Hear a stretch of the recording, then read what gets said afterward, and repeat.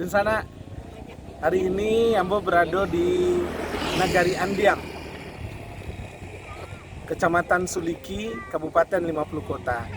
Di belakang kita lihat adalah sawah yang luas terbentang. Kita berencana di sawah ini kita akan lakukan uji coba penanaman bibit padi. Ya, kita akan mencoba melakukan penanaman bibit padi karena di 50 kota ada 21.000 hektar lebih sawah yang sering ditanami oleh masyarakat setiap tahun. Hasil rata-rata padi kita di 50 kota selama ini adalah 4,3 ton per hektar. Nah, dengan uji coba kali ini kita akan lakukan uji coba penanaman padi yang hasilnya insya Allah bisa 2 kali lipat dari hasil yang sudah ada sekarang. Mudah-mudahan nanti hasilnya bisa 8 sampai 12 ton per hektar.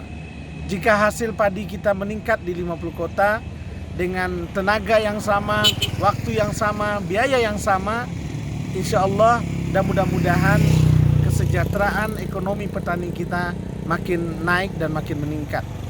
Insya Allah di sana di lahan belakang kita ini sawah Andiang, kita akan lakukan uji coba penanaman bibit padi unggul pertama di Sumatera Barat. Sebelumnya kita sudah melakukan uji coba penanaman bibit unggul jagung pertama di Sumatera Barat yang hasilnya 12,6 ton per hektar.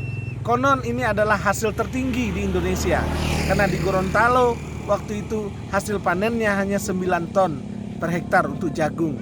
Nah, sekarang di sana kita akan cobakan di Andiang ini uji coba penanam padi.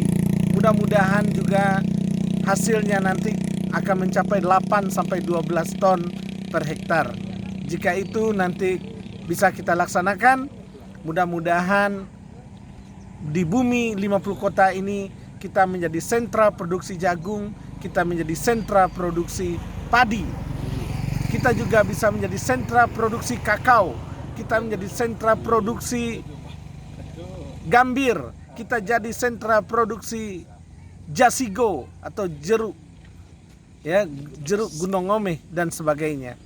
Kita ingin di 50 kota ini kita kembangkan produk-produk pertanian unggul, tidak hanya unggul di 50 kota, tidak hanya unggul di Sumatera Barat, tapi unggul di Indonesia. Salam Dunsana.